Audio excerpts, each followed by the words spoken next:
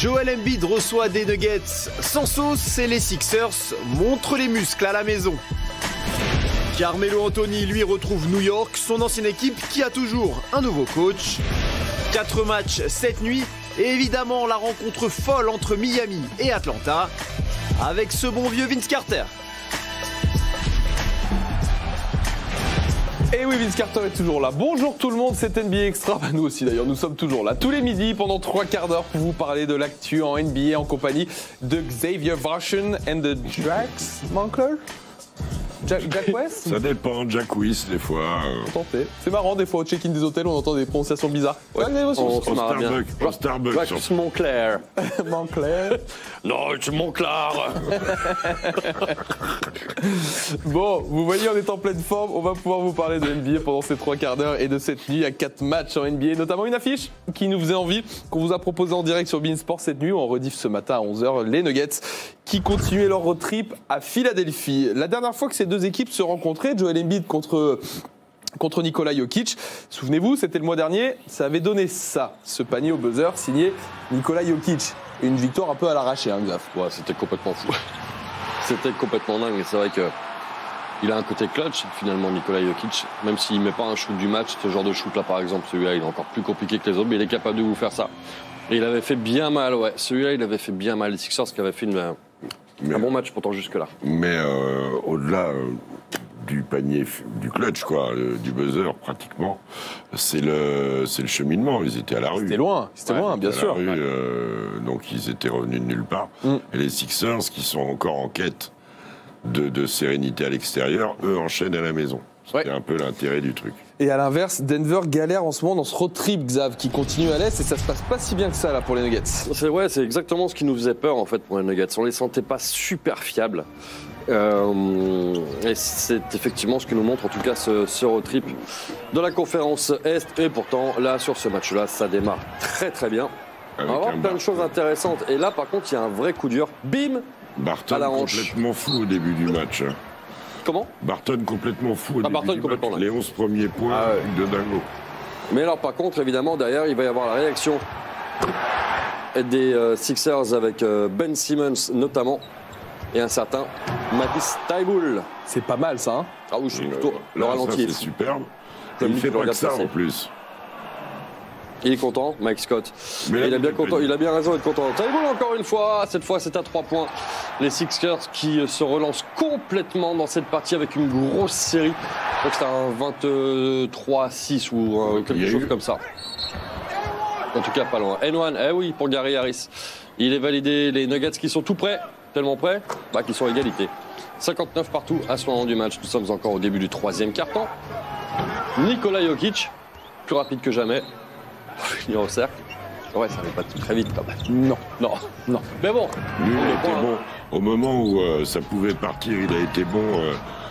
Harris, et là, c'est le premier panier de Al-Horford qui était en galère jusque-là. Ouais, qui est un peu en galère depuis le début de saison aussi, il faut le dire. C'est quand même pas le meilleur Al-Horford qu'on ait jamais vu. Celui-là, il est incroyable. Il est signé Joel Embiid. Les Sixers qui prennent 7 points d'avance grâce à Embiid. On passe au 4e quart-temps. C'est logique, après le 3e. Et encore une fois, on retrouve Will Barton, Tobias Harris, qui va aller jusqu'au bout ici. Il n'y a que 5 points d'écart. Il faut terminer le business et c'est ce que va faire Joel Embiid en se jetant sur tout le monde déjà. Pas de bière renversée, rien? Non, rien. Ce coup-ci, non. Non, mais le post-com, pas loin quand même. Hein. Pas serein, les collègues là, ouais. Non, on boit pas de bière à Philadelphie. Le petit, là, Mike, là, Bon, je il est nettement de charge, là, c'est pas sanctionné. Ah non, il bouge. Non, le défenseur bouge. Non, faute défensive. Challenge. 97-92. Nouvelle victoire des Sixers qui reste donc invaincus à domicile, exactement comme les Celtics. Pour le 8, on verra ça juste après. Mais bon, victoire en tout cas des Sixers. Et puis bon, voilà, les Nuggets avec ce bilan de 14-8, qui est pas mauvais.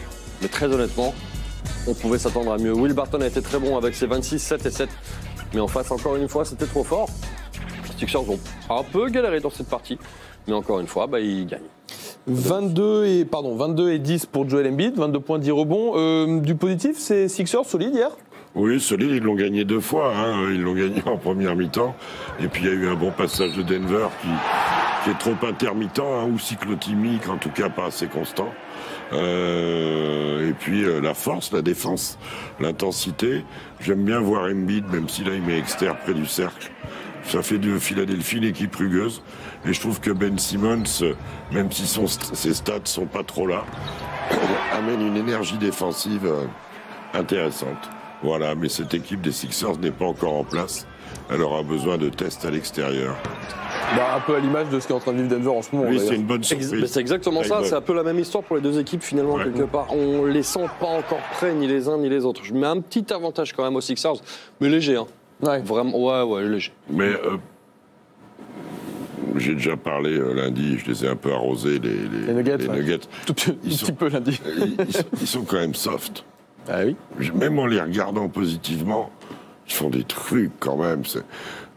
Bon, Will Barton qui prend la crise, Gary Harris, ils jouent les uns après les autres. Voilà, ils jouent pas ensemble. C'est pas encore une équipe.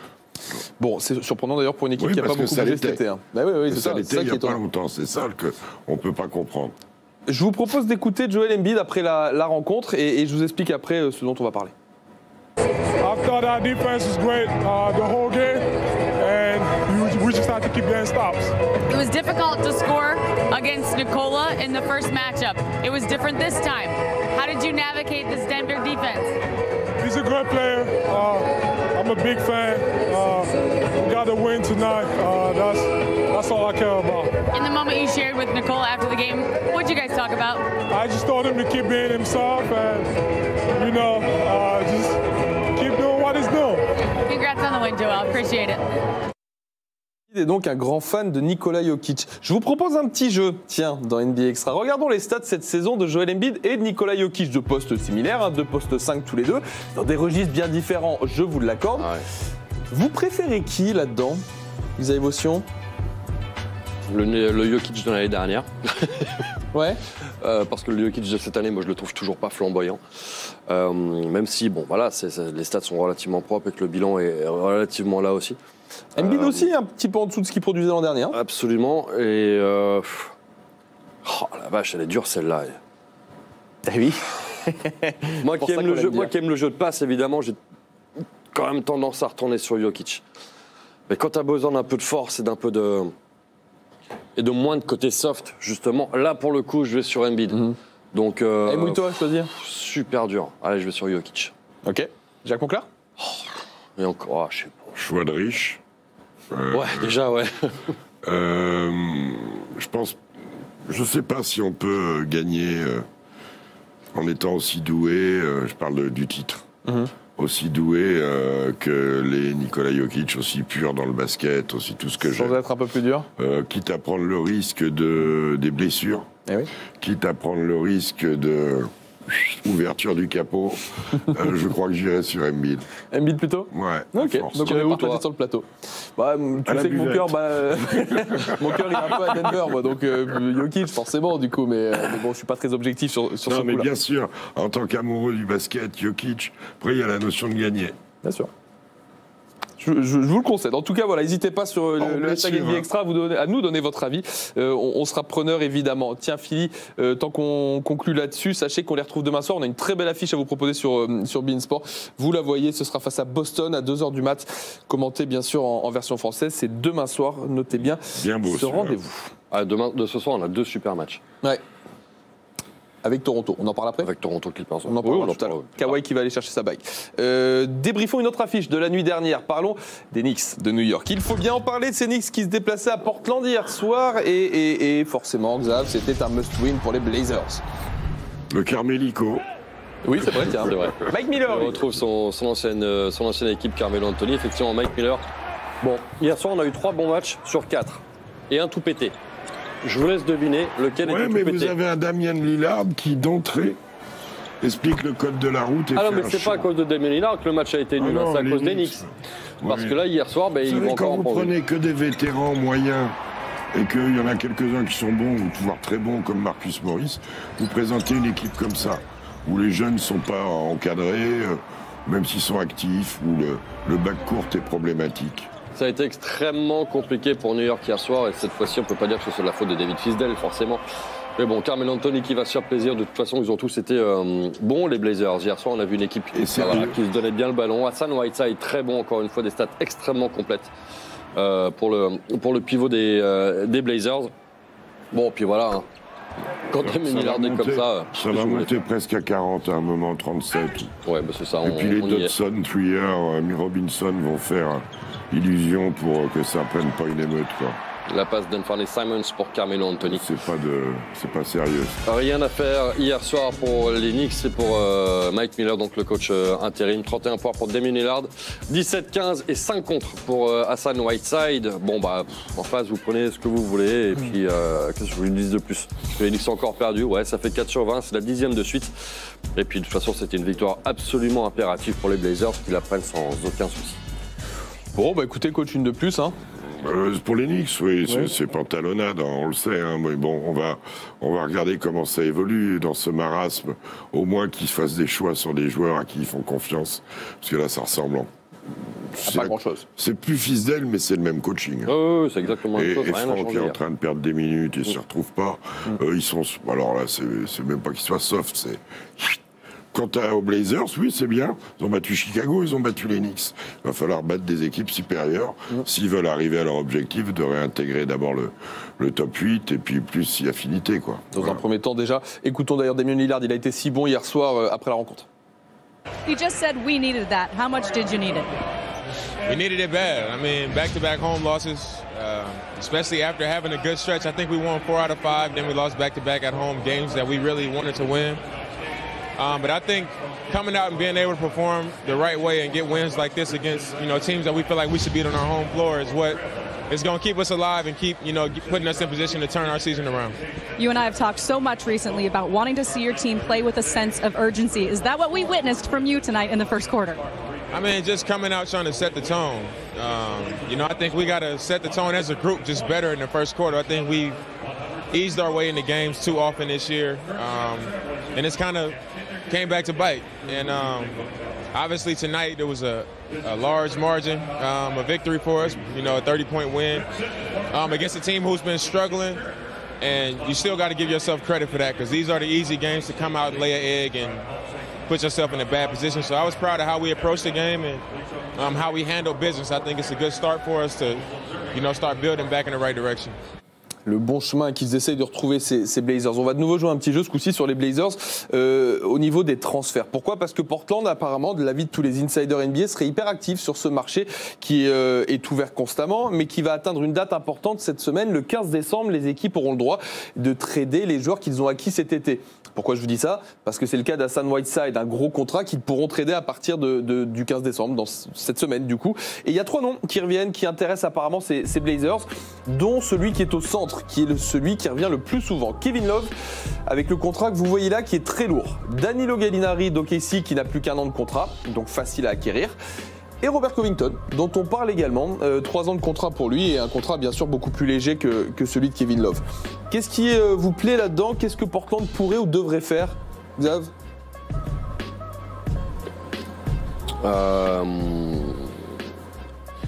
Je pense que Kevin Love et Jokic pourraient très bien jouer ensemble. Ce serait une bonne idée de prendre Kevin Love avec ce contrat encore 3 ans et demi. C'est sur ce poste-là où il y a un vrai besoin. Puisque c'est là où c'est un petit peu. Quand tu me dis. Je préfère. Quand on me dit, Xavier, Kevin Love et Nurkic peuvent jouer ensemble. En attaque. Il défend sur qui, Kevin Love ? C'est compliqué. Poste là, 4 au large. Maintenant, de toute façon, c'est comme ça que les Warriors les persécutés à chaque fois. Donc vous, ça vous plaît pas, Kevin Love, coach ? Kevin Love, c'est un joueur particulier, c'est un mec hyper respectable, un grand professionnel, tout ça. En défense, il est particulier parce qu'il défend sur des 5. Et il n'est pas puissant comme un Embiid, comme un Drummond, comme tous ces mecs-là, un Dwight Howard, même un Anthony Davis. C'est problématique. Pour moi, il est problématique à placer défensivement. Le problème, il n'a pas de latéralité rapide. Alors, bien sûr. Et le truc, c'est que pour l'acquérir, je vous dis, il faut lâcher Hassan Whiteside à coup sûr. Et le problème, c'est que tant que Nurkic n'est pas là, vous n'avez plus d'intérieur, vous n'avez plus de poste 5 à Portland là. Oui, puis je ne sais pas jusque quand il ne sera pas là aussi, Nurkic. Bah oui. Une vraie question. Et puis Collins. Oui, parce que c'est là-dessus, justement, c'est sur ce poste-là, pile poil. Ouais, mais enfin, ils peuvent toujours prendre un ou deux Bambin. Je sais pas s'ils cherchent encore un Joachim, des gars comme ça qui font des minutes. Dans ce cas-là, mais moi, je trouve que Gallinari et Covington étant moins cher et plus facile à cibler en termes de poste, je serais pas loin de penser qu'avec la blessure de Rodney Hood, Covington aurait un profil quand même plus polyvalent, parce que maintenant, Gallo, c'est plus un 4. C'est un 4, là, aujourd'hui. Ouais, c'est devenu un 4 total. Moi, je penserais plus sur... Sur un Covington ? Ouais, 3-4. Il faudrait peut-être laisser partir un Ken Bazemore pour ça, ce qui serait pas un sacrifice immense pour la franchise. Je sais pas, ouais. Ce qu'il apporte cette année. Il apporte en ce moment, ouais. Bien sûr. Non, puis c'est compliqué. Ils ont l'émergence d'Anthony Simons qui est bonne, et qui allonge leur back courte. Bon, écoutez, il y a des options pour les Blazers qui, en tout cas, sont actifs, passent des coups de fil en ce moment.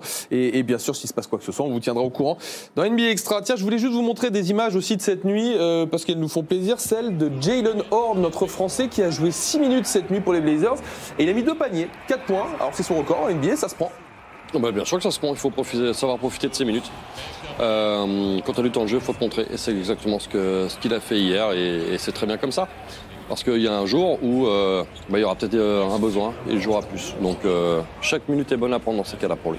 Je vous rappelle qu'il est en two-way contract qui fait donc l'aller-retour entre la G-League et cette équipe NBA. Et puis il est bon, regardez jouer. Tranquillement. Ouais, il a de la qualité. Hein. Il a des grands abattis. Ah ouais, il est bien. Il est, quand il va gagner en vitesse, parce qu'il développe... il a une envergure, une foulée, un physique très très intéressant. Donc voilà, bravo à Jaylen pour ces 2 paniers de cette nuit, 4 points dans cette rencontre face aux Knicks. Voilà pour les 2 premières affiches de la soirée. Dans NBA Extra, il nous en reste donc 2 à voir, et notamment celle qui s'est déroulée hier soir à Miami. Quel feu, les amis, dans cette rencontre entre le Heat et Atlanta. Tiens, lui, il va pouvoir vous en parler, très Young, de cette soirée. Ah oui, hein? Ou pas d'ailleurs. Ou pas. Je sais pas. Apparemment, c'est fini, il nous dit le match. Hein, peut-être pas. On verra ça après la pub, je sais pas.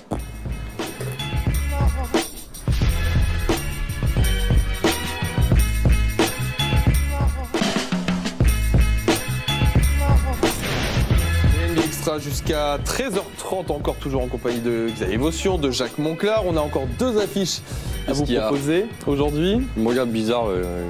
Qui est taquin là? Qui cherche qui là? Ah, c'est lui. Il a sa tête de fou. C'est sa tête, coach. Qu'est-ce que vous voulez? Je devrais m'habituer. Il peut rien y faire, hein, le pauvre homme. Miami accueillit hier Atlanta, les Hawks, dans cette affiche de la soirée qui nous a régalé. Xav, vous allez le voir, ce match-là est un pur bonheur. Ah, c'est assez incroyable. On rappelle donc, alors déjà on rappelle que Vince Carter existe toujours, 1500e match en carrière pour Vince Carter, qui pourrait atteindre le top 3 si tout va bien pour lui jusqu'à la fin de la saison. C'est ce qu'on lui souhaite. En tout cas, ceux-là, ils ne doivent rien à personne, et ça permet aux Hawks, finalement, ces 2 paniers, d'être à la courte distance du 8. Longue distance, en revanche, Trae Young, ça, c'est du classique. Et Miami, qui galère un peu à se défaire d'Atlanta. Il faut ce joli mouvement ici, très joli mouvement d'ailleurs, signé de Jimmy Butler. Jimmy Butler, on va le retrouver évidemment un petit peu plus tard. Kendrick Nunn, lui, il a fait un énorme match encore une fois hier soir. Il va finir à 35 là, je crois. Hein. 34, non? 36 même, je crois. Même. Bon, écoutez. 36, ouais, c'est 36. Okay. 36. Il y en a un peu plus, je vous le laisse quand même. DeAndre Hunter à 3 points derrière. Lui aussi a fait un énorme match, DeAndre Hunter. Et là, ça devient complètement dingue. On est dans le 4e quart-temps et ça tombe dans tous les sens. Jimmy Butler ici, plus 4. Atlanta. Hunter, encore une fois, qui parvient à aller jusqu'au cercle. 4 minutes à peu près encore à jouer dans cette partie. DeAndre Hunter, toujours. Et les Hawks sont toujours devant, 2 possessions d'avance. Mais il y a encore du temps et on a besoin d'un héros. Sauf que ce ne sera pas Tyler, ce sera Duncan Robinson, qui lui aussi a signé une performance exceptionnelle hier soir. Trae Young, qui va prendre ses responsabilités, 1 minute encore à jouer. La belle passe ici pour Alex Len. Et là, c'est terminé. C'est ce que dit en tout cas Trae Young. Bon. Jimmy B. Mais il reste encore un peu de temps. Jimmy Butler à 3 points, 117 partout, 30 secondes après que, soi-disant, le match était terminé. Bon. Mais c'est pas terminé non plus. Il y a un match à gagner. Et... C'est donc vraiment pas terminé alors? Non. Mais non. Visiblement, il reste encore 5 minutes. Et alors là... Duncan dans le call meeting. Ils vont se faire atomiser, les Hawks, en prolongation. 18 points inscrits par Miami et un Duncan Robinson absolument inarrêtable hier soir. Il va le terminer avec 34 points. 36 donc pour Kendrick Nunn. Et on ne l'a pas vu dans le résumé, mais Bam Adebayo a fait un match exceptionnel avec les triples-doubles à 30, 11, 11. Jimmy Butler, 20, 18, 10. Qu'est-ce que vous voulez faire contre ça? Bon, mais en face, ils ont essayé avec DeAndre Hunter, donc il finit lui avec 28 points. Mais la belle victoire de lui qui conserve donc son invincibilité à domicile. Il y a juste Tyler Hero qui est passé à côté hier, mais à part ça, c'est tout. Ouais, les 4 autres, ça allait, hein, j'ai l'impression, côté Miami. C'était correct. Belle perf, Atlanta de perdre de 14 points quand vous êtes en prolongation, non? Dites-moi. Mais ils ont explosé, je crois qu'à cheval, il y a eu un 17 ou 19-0 ouais. sur le 6 plus 13. Ouais. Voilà. Incroyable.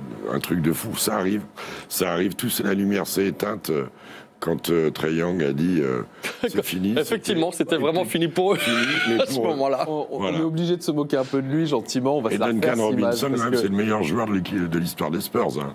Absolument. Bah oui, faut jamais l'oublier. C'est un match-up tous les deux.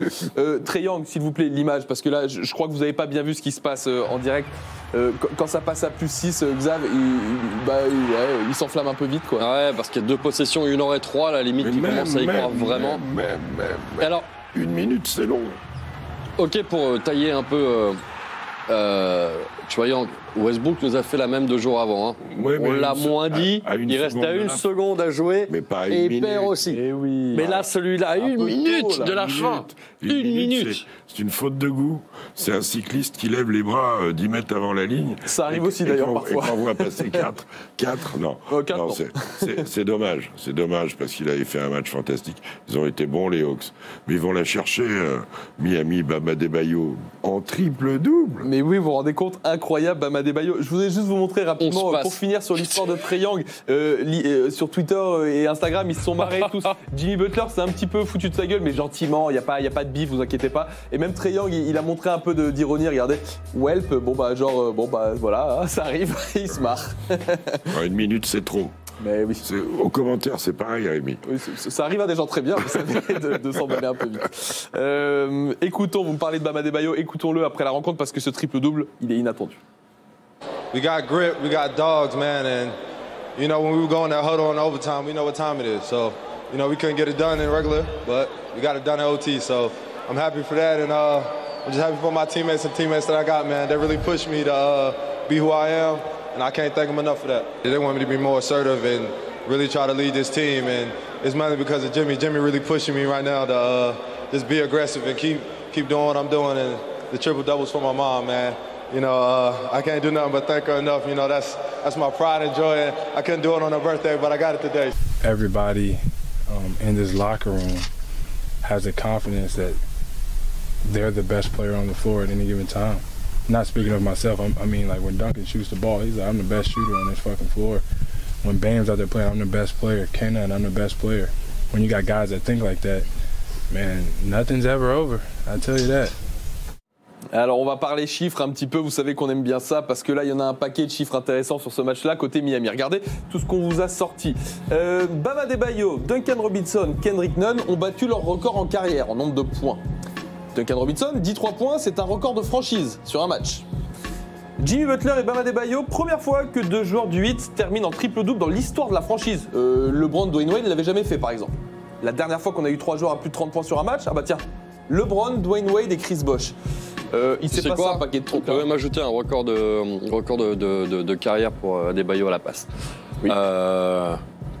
Qu'est-ce que vous voulez que je vous dise? Heureusement qu'ils l'ont gagné, sinon ça aurait été terrible. Mais il faut trouver un MVP de la nuit derrière ça. Allez, amusez-vous bien. Il y a un truc quand même au-delà de tout ça, tous ces records. Ils gagnent des matchs.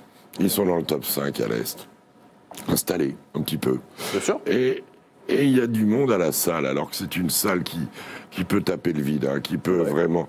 Et début de match, il y a déjà un peu de monde, ce qui est rare. Et ça se remplit et ça braille. Vous êtes en train de dire qu'il se passe un truc de positif à Miami. Il se passe un truc positif entre les fans et l'équipe.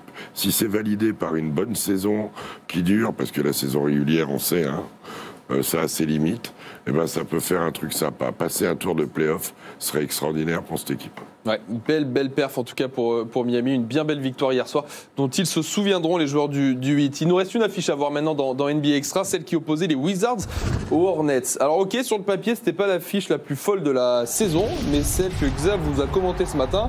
Avec brio. Être un match sympa. Avec brio. Avec brio, avec talent. C'est lui qui était sur le planning. Bon, allez, ça commence comme ça. Bradley Beal avec cet énorme dunk. Bon, c'est pas Bradley Beal qu'on aura vu le plus dans cette partie. Une partie assez dingue. Lui un peu, là, le petit qu'on a. Ouais, petit Graham, pas mal. Davis Bertans aussi, c'était pas mal. En bleu. Un match complètement fou de Davis Bertans, particulièrement les Wizards qui étaient menés une fois de 14 qui reviennent, une fois de 16, de 15 pardon, une fois de 16 qui reviennent aussi. Et la fin de match, bah, c'est complètement dingue. Ça rentre dans tous les sens. Qu'est-ce qui va vite, balle en main, Bradley Beal Bradley Beal incroyable cette saison. Foot là aussi là. Ouais, voilà. C'est des trucs comme ça qui sont tombés dedans hier soir. Et Charlotte va réussir à passer devant et à maintenir un écart jusqu'à la fin, quoique avec des shoots comme ça. Davis Bertans a été incroyable. Mais on l'a dit, Charlotte, c'est au-dessus. Avec ce tir à 3 points réussi ici par Miles Bridges, il a été incroyable parce que pour le coup, Bridges, c'est pas celui qu'on a vu le plus. Et Charlotte hier qui s'est complètement arraché pour gagner un match. Alors qu'en face, ça jouait très bien aussi, et notamment et particulièrement de la part du banc des Wizards qui a inscrit plus de points que le 5. C'est pas tous les jours que ça arrive. Graham, sa fin de match, le 14 points, je crois, il met en 4e carton. C'est un délire absolu. Lui contre Bertans. Graham et Rozier, c'est solide en ligne arrière. Quant à Bertans. Et il y a 6 mois, on me dit, ouais, tu vas faire un match de fou avec Bertans contre Graham. Je me marre bien quand même. Ouais. Même si Bertans, on voyait, je suis encore surpris qu'il l'ait laissé partir, qu'il avait la capacité à shooter avec les Spurs, mais il met un jump terrible, il est en confiance, il voit le cercle comme une bassine. C'est incroyable. Il en prend un 9 mètres avec la faute, c'est complètement fou encore en carrière pour lui hier soir. Puis il arrive plein badin, prise d'appui, et puis pas dans la souplesse. C'est bim, allez hop. Plein de choses à dire, vous avez raison sur ces deux hommes-là. Je vous propose de commencer par peut-être Devante Graham. Parlons-en de Devante Graham qui est dans sa 2e saison. Regardez un petit peu la progression entre sa saison rookie et cette année. Il est passé de 4,7 points par match à 19 points par match de moyenne. Bon bah là, aujourd'hui, la saison s'arrête, c'est le MIP. Mais sans aucune contestation. Même si rookie sophomore, c'est souvent une progression. Alors, je suis d'accord avec vous, et c'est vrai que la NBA a tendance à pas les donner, c'est MIP au sophomore, mais là, je pense que la qualité est là. Mais les paramètres se rencontrent. Cette histoire de rookie sophomore, qui est une progression. Le départ de Kemba, le fait qu'il puisse jouer avec Terry Rozier, qui peut jouer combo. Enfin bref, mais il saisit sa chance à pleine main, hein, vraiment. Puis il est bon. Incroyable Devante Graham qui fait gagner un paquet de matchs à son équipe. Xav, tu t'es régalé avec lui ce matin là sur. Ouais, mais avec les deux équipes, parce que pour faire un bon match, il faut deux équipes. Et en face, on a vu 2-3 choses intéressantes pour Washington aussi. Là, on s'intéresse à Devante Graham, mais parce que il fait comme on vient de le voir en chiffres, il fait une saison extraordinaire. Ces 29 points, ils doivent rien au hasard. Il y a quand même un talent assez incroyable là-dedans. Bon, celui-là, capable de mettre des shoots comme ça, c'est assez incroyable. Une seule perte de balles, parce qu'en plus c'est quand même un joueur qui joue assez haut risque. Ça se passe bien avec Rozier, ça joue bien aussi avec le reste de l'équipe. C'est une équipe assez finalement bien plus solide qu'on aurait pu l'imaginer. Tout le monde marche bien là-dedans, et c'est une équipe qui est super plaisante à voir, et il n'y est pas pour rien. Idem pour PJ Washington, bien sûr. Mais ces deux joueurs-là. Malik Monk, Miles Bridges, ils ont des joueurs explosifs et il en est le leader.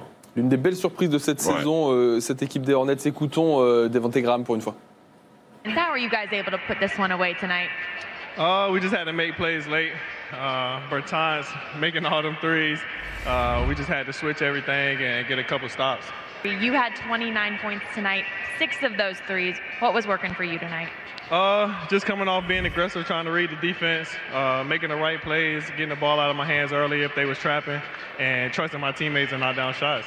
And 6 of you guys in double figures. How much was this win a team effort?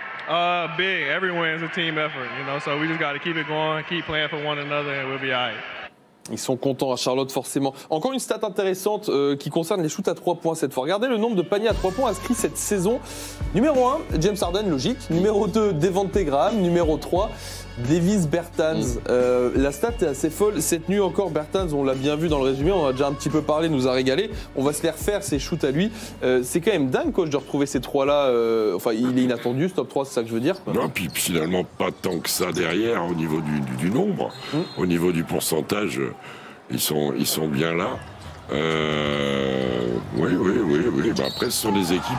Moi, j'imaginais Washington dramatique cette année. C'est une excellente surprise de les voir batailler avec des joueurs improbables, avec des Wagner, avec des Thomas Bryant, avec des Bertans, avec autour de Wagner. Wagner, vous avez vu les chiffres qu'il a aussi. C'est celui qui provoque le plus grand nombre de charges et qui inscrit qui a le meilleur ratio à 2 points. Il y a des chiffres qui sont assez dingues en fait quand on regarde un petit peu précisément. Bertans, effectivement, quand on vient de voir son adresse à 3 points, enfin en tout cas le nombre qu'il met, c'est fort, mais aussi à super gros pourcentage. C'est un truc. Bon, ok, Steph Curry et Klay Thompson ne sont pas là, donc peut-être que ça aurait pu un peu bouger, mais il serait quand même dans le top 5, quoi, au pire. Voilà. Xavier, c'est des mecs qui exécutent, et on voit le retour de Yann Mahinmi. Yann Mahinmi, il revient. En 3 matchs, il met une grosse vingtaine de points. Il est pas mal, hein, Yann. Il fait des trucs, il pose des écrans. Scotty Brooks les maintient dans le basket. Et à un moment de la saison où les équipes commencent à prendre des coups sur la tronche, parce que le talent, le machin, la hype qu'ont fait les Knicks, au bout d'un moment, ça s'arrête. Ceux qui travaillent, qui vont chercher la fatigue, qui ont des rotations, et des gens ambitieux, Bertans, Hachimura, Wagner, tous les mecs qui on peut délaisser pour compte, Thomas Bryant. Ça finit par payer tout ça. Smith, qui est un éternel revanchard. Isaiah Thomas. Voilà. Oui, quand il joue. Quand il joue. Là, ça fait 3 matchs qu'il ne joue pas.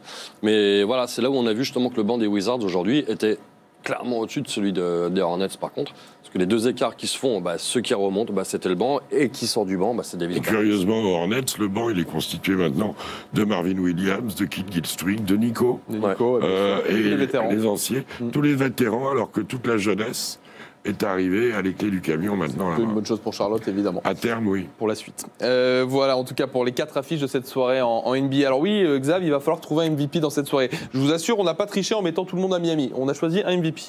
Duncan Robinson. À ma droite. Je sais que les 2 autres sont en triple-double. Hein. Mais le chantier qu'il fait en fin de match, c'est lui qui fait gagner l'équipe. Oui, mais il y a 2 joueurs.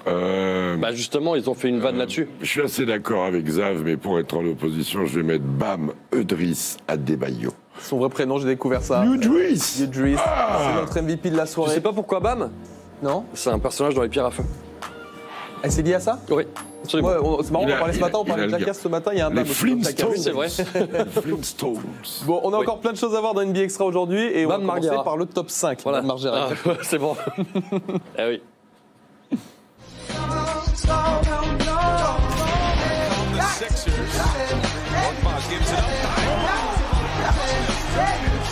If you don't take you a seat at the table, then you want a menu. To win, you gotta give it everything you got within you. If you creased and never folded, you cold, I commend you. If you fabricated what you've been through, I can't defend you. It's survival of the fittest, arrival of the realest. Cup that never runneth over, this is valuable to spit it. If you got your business, I can show you how to go and get it. If you not committed, you just hold this L and know your limit. Ain't no overnight delivery, I'm a soldier positively. This ain't happened accidentally. Don't 99% me, I've been pushing permanently. So know if you against me, my tank has never been empty. Nobody hasn't convinced me. That was impressive. Inside the beat, a foul.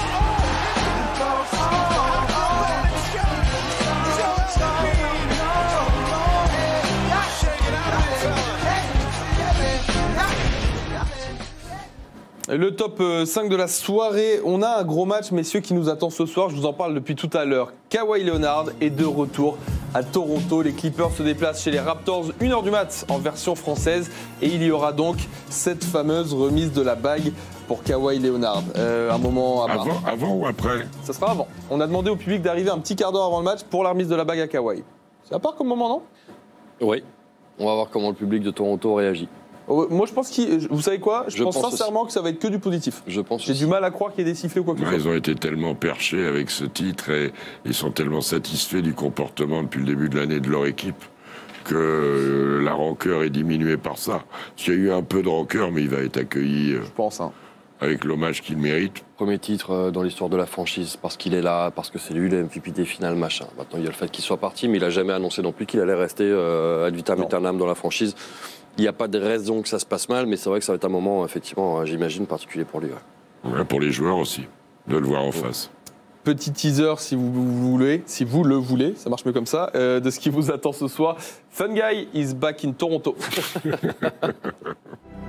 I want to officially welcome Kawhi Leonard to Canada.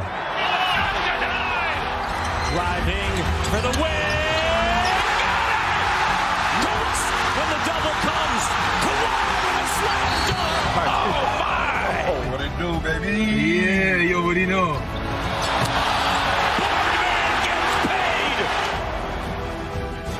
Is this the dagger?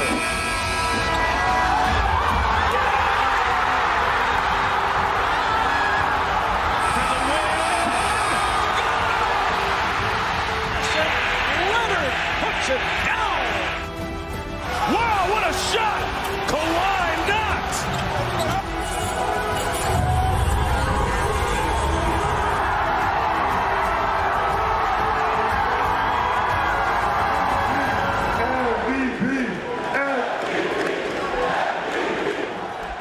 Ça fait quand même quelque chose de revoir tout ça, Xav, non? On a l'impression qu'il y est resté 10 ans. C'est incroyable. Non, mais on a revu les images du shoot, mais celui-là. Mais c'est ça qui est dingue. C'est ok le titre, mais j'ai l'impression que ce qui reste, c'est ce shoot face à Philadelphie. Quel délire, c'est fou. C'est fou. Coach, en plus, pour ceux qui ont eu la chance de le voir en direct, j'en faisais partie. Croyez-moi que c'est un truc qu'on ne l'oublie pas, quoi. Ouais. Et puis après, voilà, nous on était sur place, on l'a vu ce fucking titre là-bas, tu vois. Et il y a un truc, quoi. Il y a un truc particulier. La folie dans la ville. Au-delà, bien sûr, le panier contre Philadelphie, le cheminement de la finale, ils y arrivent, c'est écrit, et puis c'est se fait, écrire l'histoire, comme ils disaient tous, et patin coup fin, mais la ville complètement bloquée, quoi. Ah oui, c'est un bon terme. Oui, on peut en témoigner. Totalement bloqué, un truc de fou. Et ouais, le premier titre NBA hors des États-Unis. Et donc la bague pour Kawhi Leonard ce soir. Il n'y aura pas que ça, puisque vous le savez, on vous propose 2 matchs par soir. Voici le programme de votre soirée NBA. Au-delà de ce match-là, en même temps, Xav, il y a aussi un très joli Boston-Indiana. Ouais, vous avez de quoi vous faire plaisir cette nuit en passant d'une chaîne à l'autre. Boston à Indiana, c'est un très très gros match dans la conférence Est, donc évidemment. Qu'on fera demain. Voilà, vous le faites demain matin 9h15. Et puis voilà, ça fait un très très joli programme ça pour demain matin aussi. Voilà pour NBA Extra aujourd'hui. Merci messieurs, merci coach. Merci à vous. C'était parfait comme d'hab. On va se retrouver demain dans NBA Extra. Merci à la team du jour qui a préparé cette émission. Il y avait du Florian Michel, du Peter Anderson et Benoît Pérez également. Merci à toutes les équipes de Bein là-haut en régie, ici en plateau. On se retrouve demain 12h45 pour NBA Extra. Bonne journée tout le monde.